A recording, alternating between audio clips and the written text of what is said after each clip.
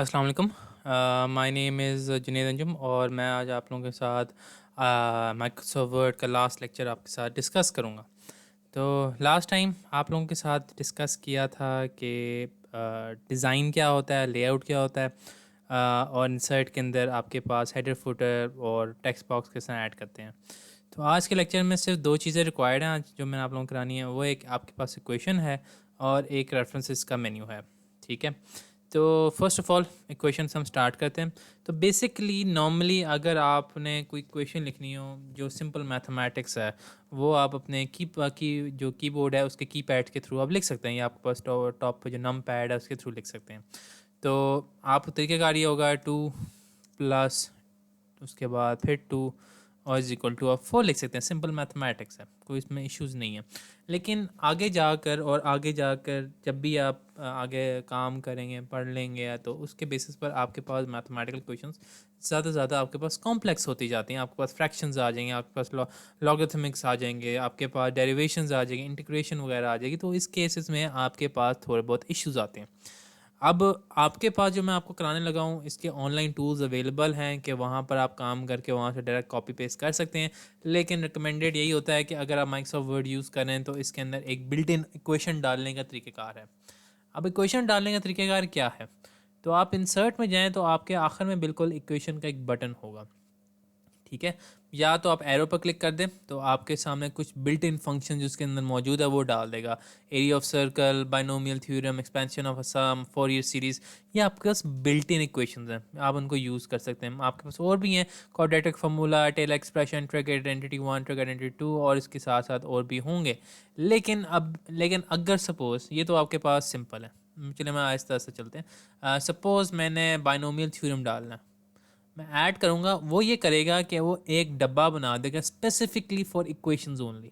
ठीक है, वो स्पेसिफिकली फॉर इक्वेशन ओनली जो है वो आपको एक डब्बा बना देगा और आपके सामने प्रेजेंट कर देगा। इसके अंदर ये जो है आपके सामने है कि x plus a raised to power n is equal to summation summation, जिसमें के इज इक्वल टू 0 है और एन की जो है आपके पास है एंड, और के आपके पास होंगे एक्स रेस्ट पावर के ए रेस्ट पावर एन माइनस के। तो ये आपके पास इक्वेशन सामने आ गई है। ठीक है, ये तो बनी बनाई इक्वेशन आपके सामने आ गई है और इसके अंदर आपने जो इसकी वेरिएबल्स चेंज करने हैं आप चेंज कर देंगे, कोई इशू नहीं। अगर आपने इनका एडिट करना है तो आप सिंपली इस पर क्लिक करें और जो वैल्यू आपने चेंज करनी, सपोज एक जगह मैं बी करना चाहता हूँ और उसके बेसिस पर यहाँ पर एक्स प्लस बी की या डालूँगा, तो यहाँ पर भी मैं बी कर दूँगा। इस दैट सिंपल। ठीक है, लेकिन अगर सपोज ये तो इक्वेशन बनी बनाया, एज ए केस मैं कह रहा हूँ ये आपके पास बनी बनाई इक्वेशन है, उस केस में आप कर रहे हैं। लेकिन क्या तरीक़ेकार है जब आपने ख़ुद इक्वेशन राइट करनी है? आपने कोई चीज़ सपोज़ कोई क्रिएट की है, या आपने नई इक्वेशन क्रिएट किया है, या आपने बस ऐसी चीज़ क्रिएट की हो जहाँ पर नहीं मौजूद, तो फिर क्या करेंगे? फिर आपके पास थोड़ा सा कॉम्प्लिकेटेड हो जाता है, लेकिन मौजूदा तरीका है। तो उसका तरीका का सिंपल है, आपने इक्वेशन पर क्लिक करना है, वो आपके पास एक डब्बा क्रिएट कर देगा। ठीक है, सिंपली आपने इंसर्ट में जाकर इक्वेशन पर क्लिक करना है। जब आप कर लेंगे आपके पास डब्बा क्रिएट हो जाएगा और साथ साथ आपके हेल्प के साथ एक नया मेन्यू आ जाएगा इक्वेशन। अब इस इक्वेशन के अंदर आपके पास डिफरेंट तरीक़ेकार हैं। अब आपके पास यूनिकोड है, लेटेक्स है, ए बी टेक्स्ट, आपने यूनिकोड पर रहने देना है। उसके बाद आपके पास सिंबल्स आ जाते हैं, कौन से आपने यूज़ करने हैं। ठीक है, सपोज आपने ए प्लस बी करना है इज इक्वल टू कोई आपने डालना है। ठीक है, मैथमेटिक्स इतनी मेरा ग्रेट स्ट्रॉन्ग पॉइंट नहीं है, इसलिए मैं आपको इस पॉइंट से ज़्यादा हेल्प नहीं कर सकता। मैं कोई रैंडम सी बेतुकी सी एक क्वेश्चन बना देता हूँ। सपोज़ मैं यहाँ पर डालना चाहता हूँ, कुछ लिखना चाहता हूँ, ए लिख देता हूँ। ठीक है, और उसके बाद मैं इसके अंदर प्लस माइनस डालकर उसके बाद बी लिख देता हूँ। ठीक है, और उसके बाद equal to a plus b minus, इस तरह करके आपके पास आंसर आ जाएगा। इशू ये होता है कि जब ये तो सिंपल सी आपके पास इक्वेशन है, वही बात जब आपके पास जब आपने हैवी किस्म डालनी है, अब आपके पास स्ट्रक्चर्स हैं कुछ मौजूद, स्ट्रक्चर्स के अंदर इस्तेमाल कर सकते हैं। मतलब आपका फ्रैक्शन है, आपके पास स्क्रिप्ट हैं, अगर स्क्रिप्ट का नहीं पता ई रेस्ट पावर क्या होगा, ई जो है उसके पास जो होगा सबस्क्रिप्ट क्या होगा, सुपर स्क्रिप्ट क्या होंगे, वो आपके पास बनी बनाई आपको तरीक़ेकार दिखाता है। फिर आपके पास रेडिकल है, इंटेग्रल है, लार्ज ऑपरेटर जिसमें समेशन वगैरह आ जाता है, ब्रैकेट्स आ जाते हैं, sine function, accent, limit and log, operator और मैट्रिक्स, डिफरेंट आपके पास स्ट्रक्चर्स हैं। फिर क्या करना है उस केस में? सपोज मैंने कोई फ्रैक्शन बनानी है, मेरे पास फ्रैक्शन में क्लिक करूँगा। अब मेरे पास फ्रैक्शन किस तरह वो कह रहा है प्लेस करनी है, आपने इस तरह प्लेस करना है, डायगोनली प्लेस करना है, बिल्कुल इस तरह करना है। लाइन लीनियर फ्रैक्शन है, स्मॉल फ्रैक्शन, इसके ऊपर हवर करेंगे वो आपको बता भी देगा। या कॉमन आपके पास फ्रैक्शन है, डी वाई और डी एक्स है, आपके पास डेल्टा वाई और डी एक्स है, डेल्टा एक्स है। उसके बाद आपके पास पार्शियल वाई और पार्शियल एक्स है। इस तरह करके आपने लिखना है, किस तरह लिखना है। अगर आपको बनी बनाई इस पर क्लिक करेंगे तो वो आपको डी वाई और डी एक्स कर देगा, ठीक है। लेकिन सपोज़ इसके अंदर मैं सॉरी क्वेश्चन डिलीट हो गई, इसके अंदर मैंने डालना है सिंपल डब्बे बनाने हैं, मैंने उसके अंदर कुछ नहीं डालना, मैं खुद लिखना चाहता हूँ अपने, ये डी वाई डी एक्स नहीं लिखना चाहता। तो मैं सपोज इस फॉर्म में लिखना चाहता हूँ स्क्वायर्ड फ्रैक्शन के नाम से। वो ये करेगा कि वो आपको प्लेस कर देगा, डब्बे प्लेस कर देगा। इन डब्बों के अंदर आपने वैल्यू प्लेस करनी है। अपने जो माउस के अंदर आपके पास एरोज़ हैं, माउस कह रहा हूँ, आपके कीबोर्ड के ऊपर जो एरोज़ हैं उसके थ्रू हवर कर लें या सिंपली जाकर आप माउस के ऊपर क्लिक कर दें। जब क्लिक करेंगे तो आप कहेंगे कौन सी वैल्यू डालनी है, what do you want to write. Suppose मैं ए लिखना चाहता हूँ, ठीक है, और इसके बाद मैं बी लिखना चाहता हूँ, तो ये हो जाएगा। ये मेरे पास फ्रैक्शन आ गई। जब मैं कर लूँ सिंपली इज इक्वल टू दबाऊँगा और उसके बाद मैं कोड डालना चाह सकता हूँ, ठीक है। तो एक तो ये तरीक़ेकार है। दूसरा तरीक़ेकार, एक और बात इक्वेशन के अंदर आपके पास ये है कि आप एक इक्वेशन के अंदर मल्टीपल इक्वेशन डाल सकते हैं। इससे मुराद क्या है मेरा, जो मैं अभी आपको ये बोला है, सपोज़ यहाँ पर मैं इसको बी को डिलीट करता हूँ, ए को रहने देता हूँ, ठीक है। अब यहाँ पर मैं ए जो है divided by e raised power b करना चाहता हूँ। फिर क्या करूँगा, ई रेस्ट पावर बी जो है उसके अंदर आपके पास सुपरस्क्रिप्ट आ जाता है, उसके अंदर पहले आप फिर वही तरीका है होम में जाएँ और डालें। लेकिन मसला ये है कि ये आपके पास एक्सेसिबल नहीं है, मैं बटन दबा भी दूँ, कितनी दफ़ा दबा दूँ ये करने ही देगा क्या, पॉसिबल ही नहीं है। उस केस में आप करेंगे क्या, आपके पास जो डब्बा है इसके अंदर आपने एक और इक्वेशन डालनी है, आप एक और स्ट्रक्चर डालना चाहते हैं। आप इधर जाएंगे, यहाँ पर ई रेस्ट पावर के ऑप्शन है, या कोई डब्बे बनाए हुए बने बनाए दे रहा है, आप इसको क्लिक करें। वो ये करेगा कि जो आपका स्ट्रक्चर है एग्जिस्टिंग उसको चेंज कर देगा। आप suppose e raised power b करना चाहता हूँ, ठीक है, तो ये मेरे पास इक्वेशन आ गई, ठीक है। तो आपके पास ये तरीक़ेकार होता है इक्वेशन डालने का। इसके अंदर आप खुद थोड़ी बहुत प्रैक्टिस करेंगे, इसका आपको ज़्यादा आइडिया आएगा किस तरह करते हैं, ठीक है। आप एक क्वेश्चन को मल्टीपल क्वेश्चन कर सकते हैं। सपोज जैसे मैंने ये किया अभी, ठीक है, इसके अंदर मैं एक लार्ज ऑपरेटर डाल देता हूँ, मेरा दिल चाह रहा है सिर्फ सिंपली, देखा, ए डिवाइड बाई लार्ज ऑपरेटर डाल दिया। उसके अंदर जो आपने वैल्यू डालनी है डाल सकते हैं। बेसिकली मकसद यही है कि आप एक मल्टीपल इक्वेशन डाल सकते हैं, या आप ये काम भी कर सकते हैं कि यहाँ पर आप एक डेल्टा साइन लगाएं और इसके बाद आप एक इस तरह की इक्वेशन डाल दें, ठीक है, तो ई सी इस तरह करके। तो आप मल्टीपल काम के सिंबल को भी इस्तेमाल कर सकते हो, इस तरह करके क्वेश्चन बना सकते हैं। ये थोड़ा सा कॉम्प्लिकेटेड हो जाता है, लेकिन ओवर द टाइम जिस तरह आप लोग प्रैक्टिस करते जाएंगे उस तरह आपको ज़्यादा आइडिया आता रहेगा। इक्वेशंस का इश्यूज़ यही होता है, ठीक है। इक्वेशन में एक बात मैं ज़रूर कहूँगा आपको, please keep that in mind. Suppose मैं आपके सामने यहाँ पर इक्वेशन में एक सुपरस्क्रिप्ट डालता हूँ, ये डालता हूँ, ठीक है। अब इसके अंदर आई प्लेस ई और इस वाले के अंदर ए कर दूंगा। जब आपने ए प्लेस कर दिया, आपके ख्याल में हो गया, उसके बाद आप स्पेस दबाते हैं। अब स्पेस दबाने का मतलब यह है जो आपने रेस्ट पावर जो है ना उसके अंदर ही आप एडिशन कर रहे हैं, आप नई चीज़ नहीं डाला, आप उसमें ही एडिशन कर रहे हैं। If you are done your writing your equation, जो आपने लिखनी है, जो भी आपने स्ट्रक्चर डाला था उसमें एंट्री करना बंद हो गया है, तो उसके अंदर आपने स्पेस नहीं दबाना, ना आपने एंटर दबाना है। आपने अपने एरो की से जो है आगे की तरफ फॉरवर्ड क्लिक करना है। उसके बाद ये देखें अभी तक ये डब्बा थोड़ा बहुत हाईलाइटेड है, इसका मतलब ये अभी तक क्वेश्चन को सिलेक्ट करा, आपने अगेन आगे वाले एरो की को दबाना है। उसके बाद जब आपके पास कोई चीज़ सेलेक्ट नहीं होगी फिर आप स्पेस दबाएंगे, तो फिर ये आपके पास जो है ना बाकी ओवरऑल इक्वेशन उसको एक्सेस मिलेगी। अगर आप सिंपली काम ये करेंगे, जैसे ये है, इसके आगे मैं स्पेस डालता हूँ, इक्वल डालता हूँ, वो तो रेस्ट पावर में आ रहा है, वो तो कोई तुक नहीं बनती। तो इसकी बेसिस पर थोड़ा बहुत ध्यान रखना है। डबल एरो की दबा दें, कोई भी इक्वेशन आप स्ट्रक्चर लिख रहे हैं तो उसके अंदर करने के लिए। तो ये आपके पास इक्वेशन डालने का तरीक़ेकार है। थोड़ा सा प्रैक्टिस करेंगे तो आपको ज़्यादा आइडिया आएगा। अब आते हैं हम मेन चीज़ के ऊपर। हाँ, एक चीज़ मैं I forgot to tell you in the last 2 lectures I think, वो ये है कि आपके पास जो इमेज होता है उसके अंदर एक चीज़ होती है। अब इस इमेज का जो है मुझे पता है, अब चार्ट जो है उसके अंदर लिखा हुआ है एज ऑफ पर्सन, इसका टाइटल लिखा हुआ है, बहुत अच्छी बात है, आई अंडरस्टैंड कि ये चार्ट क्या है। इस इमेज की क्या तुक है, ठीक है, फिगर का भी बताया हुआ है कि this figure presents Tom who is Stickman की है, लेकिन ये इमेज क्या है, ये टीच लिखा हुआ है, लेकिन इस किस चीज़ को प्रेजेंट कर रहा है। हर इमेज के अंदर कोई भी आप इंटरनेट के ऊपर जाएं, इंटरनेट के ऊपर जब भी आप विजिट करेंगे तो आप देखेंगे इमेज के नीचे, हर इमेज के नीचे देयर इज़ अ कैप्शन। ठीक है, और कैप्शन से मुराद होता है उसके नीचे छोटा सा, हल्का सा छोटा सा टेक्स्ट लिखा होता है, डिफाइन कर रहा होता है कि ये तस्वीर है, ये क्या चीज़ है। सपोज कोई भी चीज़ चला जाए, आप इमरान खान को ही गूगल कर लें, या आप अपनी कंट्री को, अमेरिका को सर्च कर लें, विकीपीडिया खोलें, तो उसके अंदर जो इमेज राइट साइड पे इमेज लगा होता है, उसके नीचे छोटा सा लिखा होता है कि व्हाट इज़ दिस इमेज। तो उस चीज़ को कहते हैं आप कैप्शन। आप वर्ड के अंदर भी कोई भी फिगर डालियो, you have to add captions. कोई भी फिगर हो, कोई टेबल हो, कोई फिगर हो, ठीक है। मैं आपको अभी टेबल और फिगर दोनों का कैप्शन डालने का बता रहा हूँ। इसका एक फ़ायदा ये है कि मैं अभी आपको रेफरेंसेस में जाकर कराऊंगा तो उसके अंदर ये कॉन्सेप्ट आता है।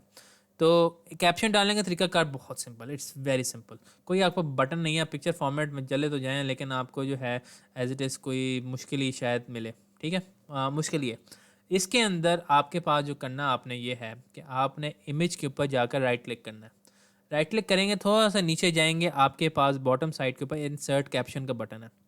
अब इंसर्ट कैप्शन पर क्लिक करेंगे तो आपके पास एक डब्बा ओपन हो जाएगा और पूछेगा कि ये आपके पास फिगर 1 ये है, आपके पास है, क्या नाम देना चाहते हैं।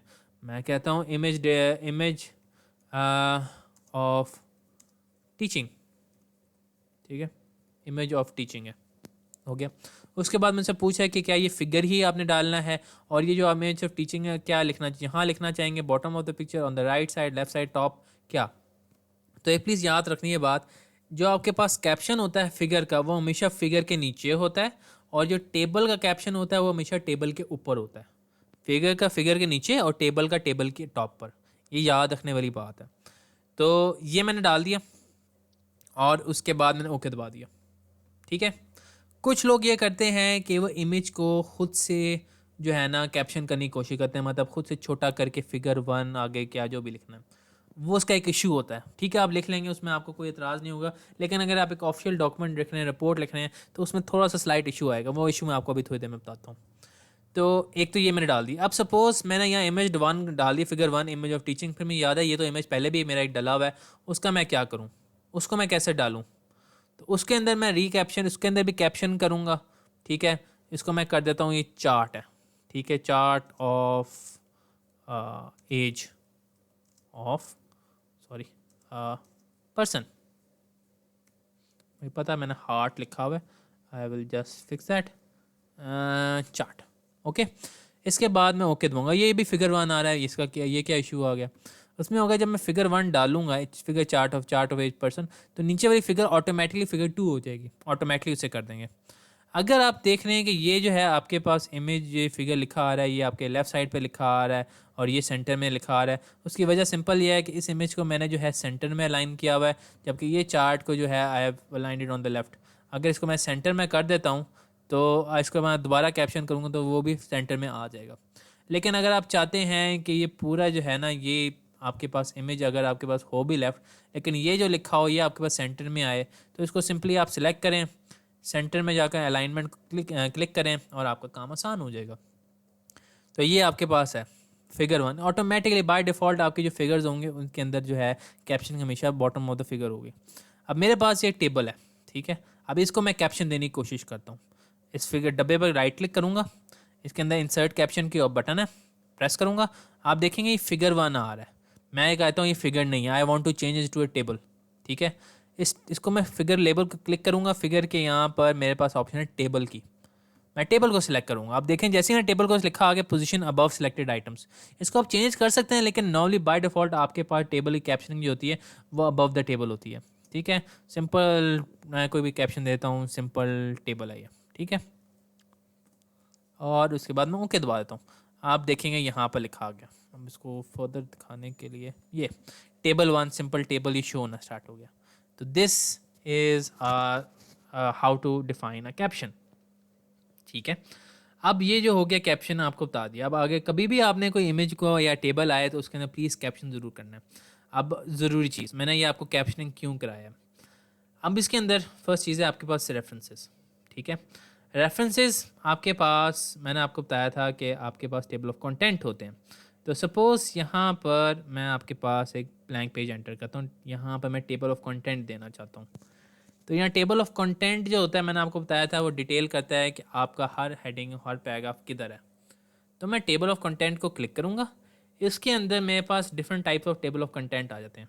ठीक है, आपके पास डिफरेंट वेरिएशन आ जाती हैं, जो दिल चाहता है वो उठा लो। अगर नहीं, आपके पास इंटरनेट पर बहुत सारे टेबल तरीके का पड़े हुए हैं, आप उठा सकते हैं। ठीक है, उसके अंदर आपने बाय डिफ़ॉल्ट आप पहले वाले को सिलेक्ट कर लें। अब देखेंगे वही आपको लास्ट टाइम बताया था फर्स्ट लेक्चर में, जो आपके पास है उसके अकॉर्डिंगली सेट हो गया। अभी आप यहाँ देख रहे हैं कि यहाँ पर थोड़ा बहुत चेंजेस हो गई है, हेडिंग 1 हो गई है। ये गलत बात है, लेकिन उसका कोई इलाज नहीं है। इसको अगर आप सिंपली जो है कंटेंट को बैक करेंगे, कर दिया, उसके बाद आप इस टेबल को जो है अपडेट करेंगे, अपडेट एंटायर टेबल, तो आई थिंक यस वो हो गया। ठीक है, ये टेबल ऑफ कंटेंट को हेडिंग नहीं देता। ठीक है, it's a table of content, it's not a heading. ये हेडिंग्स को कंटेन करता है, इट्स नॉट अ हेडिंग। तो ये आपका टेबल ऑफ कंटेंट आ गया। ठीक है, लिस्ट डाउन कह रहा है कि पैराग्राफ 1 जो है किस पेज पर है, हॉबीज़ के जो सब पैराग्राफ हेडिंग्स हैं वो किधर हैं, और पैराग्राफ 2 किधर है। ठीक है, ये आपके पास हो गया। अब इसके अंदर ये पैराग्राफ 2 पहले पेज पर कैसे रुकें, इसके अंदर अगर आपने अपडेट टेबल पर क्लिक करेंगे तो इसके अंदर आपके पास अपडेट इंटायरबल टेबल भी है और अपडेट पेजेस नंबर ओनली है। इंटायर टेबल को करेंगे तो आपके पास सारा हो जाएगा।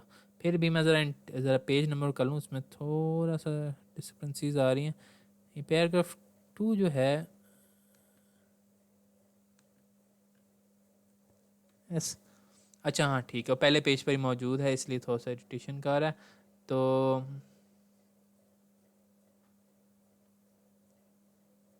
हैं, let me first check something. Yes, अब देख रहे हैं कि यहाँ पर थोड़ा सा इशू आ गया। मतलब यहाँ चौथा नंबर पेज है, उसके बाद फर्स्ट नंबर स्टार्ट हो गया। इसको मैं ठीक करना चाहता हूँ। इसके अंदर मैं इसको क्लिक करूँगा।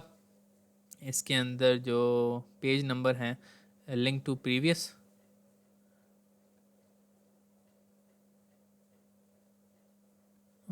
एक second please let me check.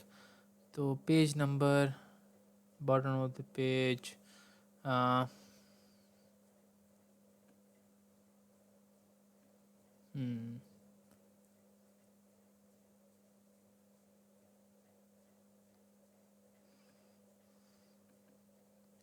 इसके अंदर कभी कभी इश्यूज़ कर देते हैं, तो मैं रिमूव पेज नंबर करता हूँ।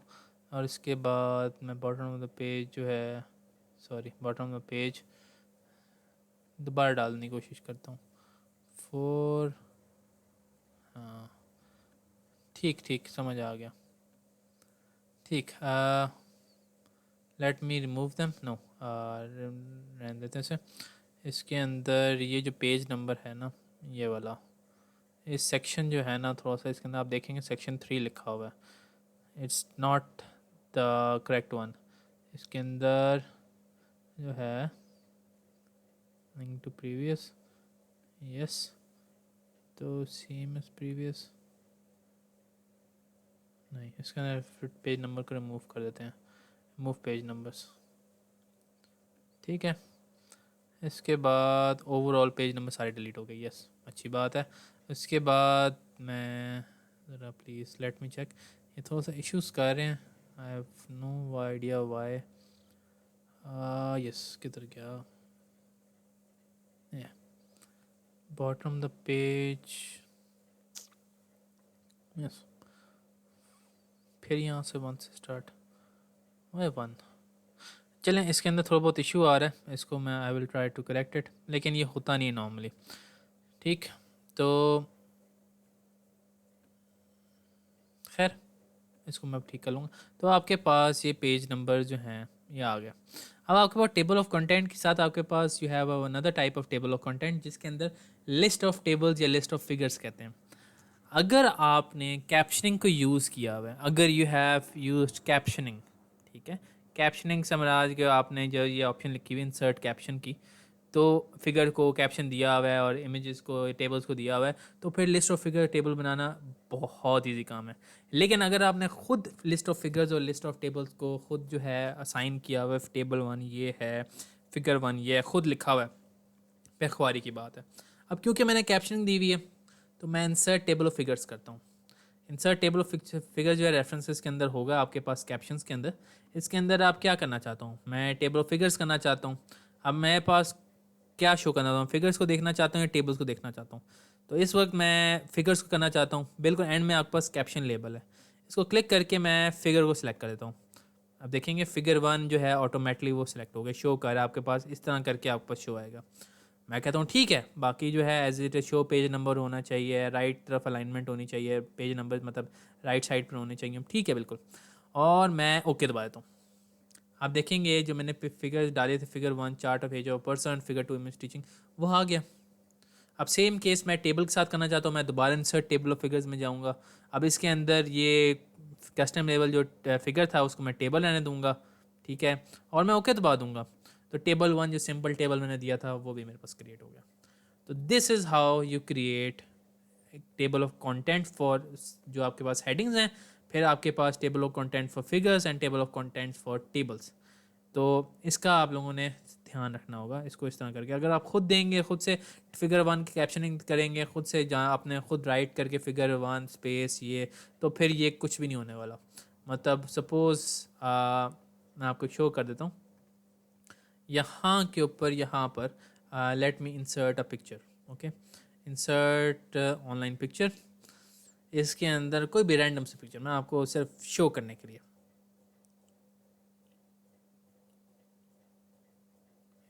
It take some time internet से कनेक्ट होने के लिए। तो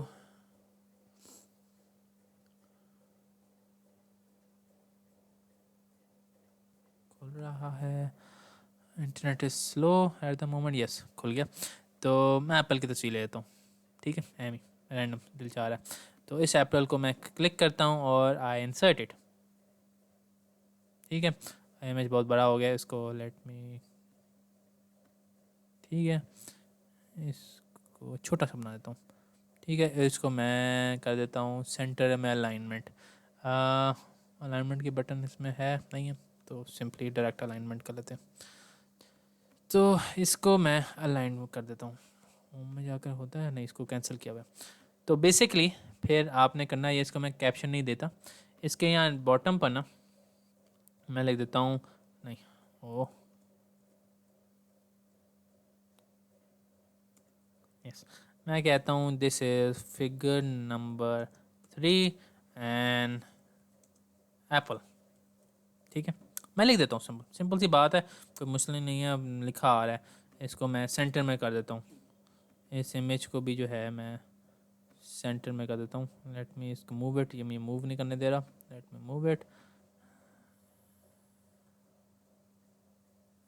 थोड़ा तंग करता है, नहीं ये थोड़ा इश्यूज़ है। तो यस, ये मैंने फिगर 3 दे दी, ठीक है। अब इसके अंदर मैं जाता हूँ टॉप के ऊपर, अपने जो टेबल ऑफ कंटेंट है, लिस्ट ऑफ फिगर्स, ये फिगर है, इसको भी मैं अपडेट कर सकता हूँ। सिंपली मैं राइट क्लिक करूँगा और इसके अंदर ये अपडेट फील्ड के ऑप्शन है, अपडेट फील्ड करता हूँ, अपडेट इंटायर टेबल, ओके दबाता हूँ। मुझे फिगर 3 नज़र नहीं आएगी, आई कॉन्ट सी इट, दो ऑप्शंस। तो अगर आप ख़ुद कैप्शनिंग देंगे तो कोई फ़ायदा नहीं होगा। अगर मैं राइट देख कर यहाँ पर लिखता हूँ this is not a table, this is a figure, तो ये ऑटोमेटिकली फिगर 3 रीड करेगा। एंड रेड एप्पल, अब मैं थोड़ा सा चेंज करके दिखाता हूँ शो करने के लिए क्या ओपन खुलेगा। ओके, ये आपके पास आ गया।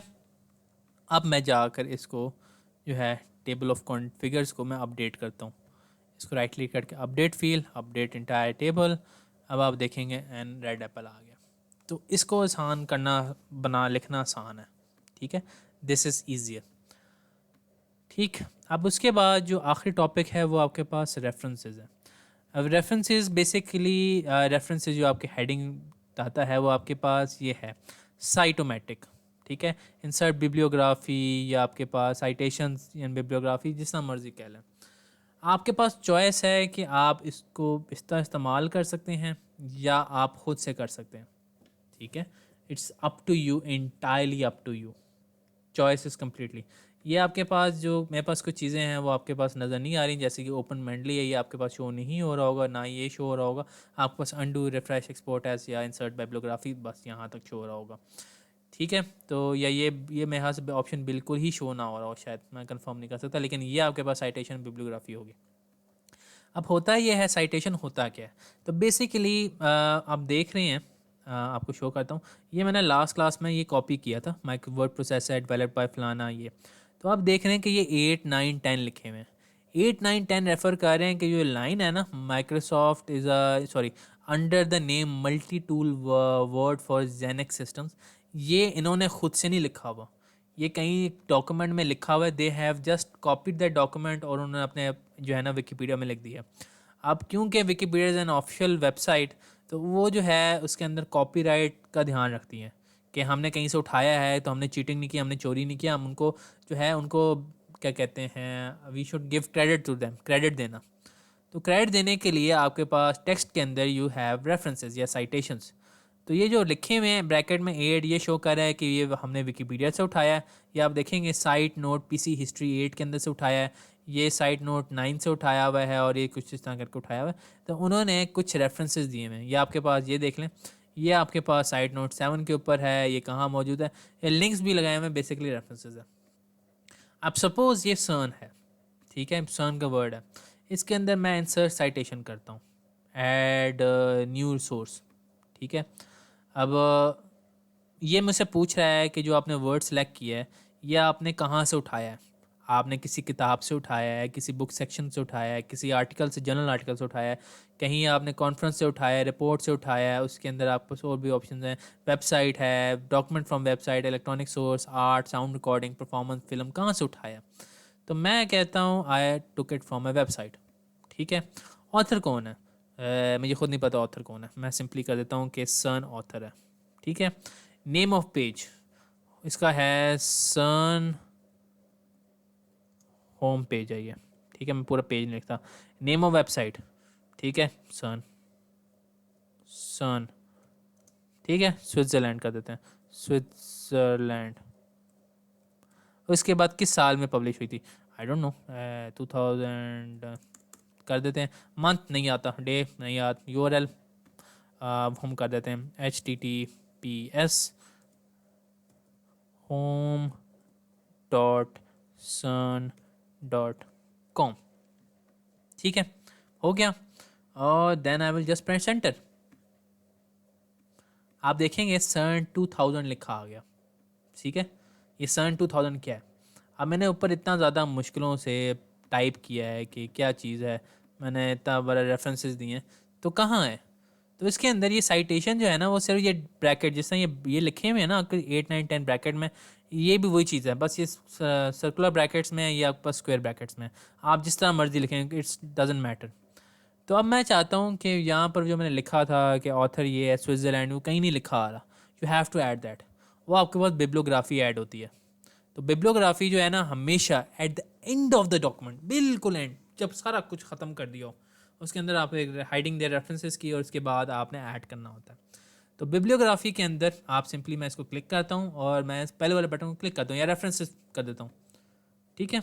आप देखेंगे ये मेरे पास लिखा गया कि पहला क्या है, सन है, जिसके अंदर सॉरी इसको मैं रिमूव कर दूँ। ये सन है 2000 में, सन होम है, रीड फ्रॉम सन स्विट्ज़रलैंड, और ये वेबसाइट का नाम हो गया। ये मेरे पास एक रेफरेंसेस आ गया। तो अगर कोई बंदा डॉक्यूमेंट पढ़ रहा होगा, वो देखेगा सन 2000 है, वो उसके बेसिस पर देखेगा कि ये रेफरेंस कहाँ है, वो नीचे आएगा, उसको यहाँ लिखा आ जाएगा क्या है। सिमिलरली सपोज़ ये आपके पास ये जो लेज़ी डॉग है, इसके ऊपर मैं जाकर क्लिक करता हूँ, डॉग को सिलेक्ट करता हूँ, इसके अंदर इंसर्ट साइटेशन करता हूँ और ऐड न्यू सोर्स करता हूँ। डॉग क्या है, बस मेरा बस दिल क्या क्या इसको मैं कहते हैं, इसको आई जस्ट फ़िल्म के ऊपर कर देते हैं, ठीक है। फ़िल्म का टाइटल क्या है, मेरे पास इस वक्त डॉग्स के रिलेटेड एक ही फिल्म याद है, तो मैं उसका नाम ले रहा हूँ, स्नो डॉग्स है। कब रिलीज़ हुई, डायरेक्टर नहीं आता, 1998 में रिलीज़ हुई थी, ठीक है। ओके दिया, अब इसके आगे स्नो डॉग्स 1998 लिखा आ गया, हो गया। अब मैं इसको अपडेट करना चाहता हूँ, इसके अंदर मेरे पास बटन है अपडेट साइटेशन बिब्लियोग्राफी, आप देखेंगे सेकंड वाला भी आ गया, मोशन पिक्चर है लिखा आ गया। तो ये आपके पास तरीक़ेकार है रेफरेंस करने के, ठीक है। रेफरेंसेस करने के लिए ज़रूरी इसलिए है क्योंकि आप जो है कहीं से वो डाटा उठा रहे हैं, you have to give credit to them. अगर आप क्रेडिट नहीं देंगे, इसका मतलब यही है कि आप जो है चोरी कर रहे हैं, you are stealing something from the owner. तो इस केसेस में you have to give citations. तो यही आपके पास माइक्रोसॉफ्ट वर्ड था जिसके अंदर मैंने आपको बस एक बेसिक स्ट्रक्चर दे दिया। हाँ, आप देख रहे हैं यहाँ पर आपके पास ये जो है यहाँ एपीए लिखा हुआ है, तो आपके पास रेफरेंसेस लिखने का स्टाइल होता है। You have multiple styles, A P A, Chicago, GB7714, ghost, उसके बाद हार्वर्ड, IEEE, ISO, आपको डिफरेंट तरीक़ेकार होते हैं। मैं अभी इस वक्त बाय डिफ़ॉल्ट ए बी है, मैं इसको IEEE कर देता हूँ।